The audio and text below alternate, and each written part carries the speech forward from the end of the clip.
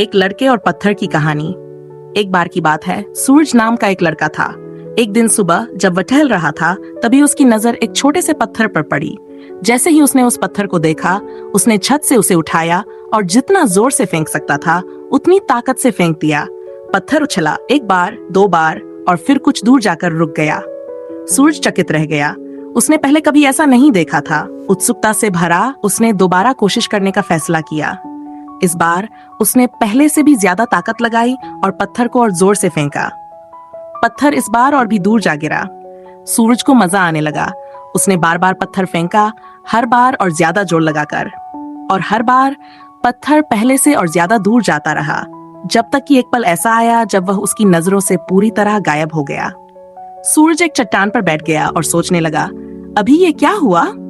उसे एहसास हुआ कि वह छोटा सा पत्थर इतनी दूर तक सिर्फ इसलिए जा सका क्योंकि उसने उसे वह ताकत दी थी। जितना ज्यादा जोर से उसने फेंका, उतनी ही दूर तक पत्थर गया। तभी उसे लगा, अरे यही तो मेरे जीवन पर भी लागू होता है। अगर वह अपने जीवन में कुछ बड़ा हासिल करना चाहता है तो उसे खुद को ही ताकत देनी होगी। उसे अपने लिए बड़े लक्ष्य तय करने होंगे और फिर पूरी मेहनत से उन्हें पूरा करना होगा। सूरज ने खुद से वादा किया, मैं कभी हार नहीं मानूंगा। अपने सपनों को साकार करने के लिए कड़ी मेहनत करूंगा और सबसे जरूरी बात, मैं खुद पर विश्वास रखूंगा। शिक्षा, आप जो भी ठान लें उसे हासिल कर सकते हैं। बस खुद पर अटूट विश्वास होना चाहिए। जितनी मेहनत करेंगे उतना आगे बढ़ेंगे। बड़े सपने देखने और उन्हें पूरा करने से कभी मत डरें। खुद पर भरोसा रखें और कभी हार न मानें। बरसात का मौसम था। आसमान में घने बादल छाए हुए थे। नीम के एक पेड़ पर ढेर सारे कौवे काय काय करते हुए इधर उधर घूम रहे थे और अपना बसेरा ढूंढ रहे थे, क्योंकि वे जानते थे कि थोड़ी ही देर में बारिश होने वाली है। तभी वहां एक छोटी सी मैना आ जाती है। सभी कौवे उस पर टूट पड़ते हैं और उसे नीम के पेड़ से चले जाने को कहते हैं। बेचारी मैना हाथ जोड़कर विनती करती है, कृपया आज रात मुझे इसी पेड़ में विश्राम करने दीजिए। बारिश होने वाली है, अंधेरा भी हो गया है और मेरा घोंसला भी नहीं मिल रहा। लेकिन कौवे निर्दयी थे। वे हंसते हुए बोले, वैसे तो तुम ईश्वर का बहुत नाम लेती हो, तो अब क्यों डर रही हो? जाओ, अपने ईश्वर के भरोसे ही रहो।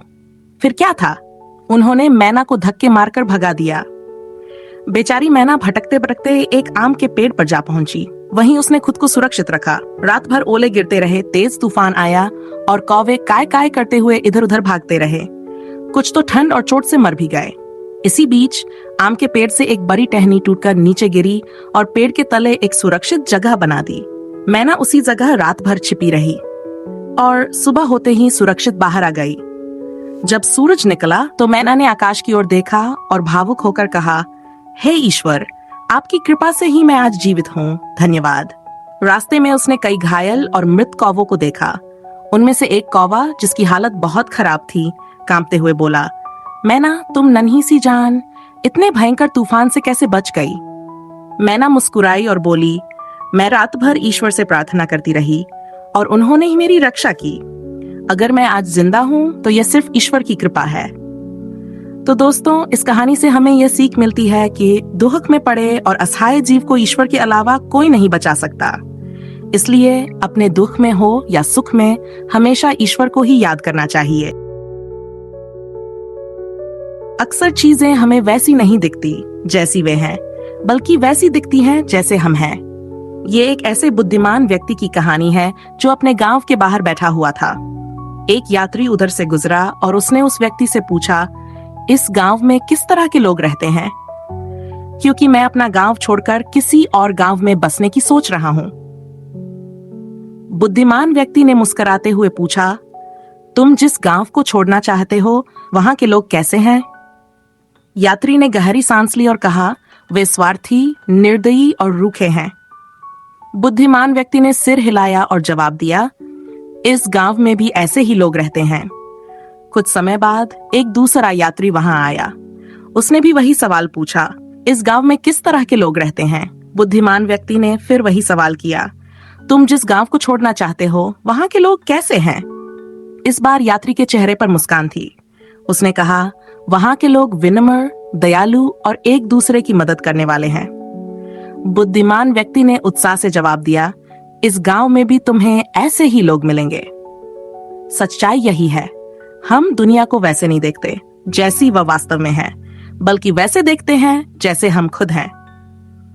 इस कहानी से हमें यह सीख मिलती है कि दूसरों का व्यवहार हमारे ही व्यवहार का आईना होता है।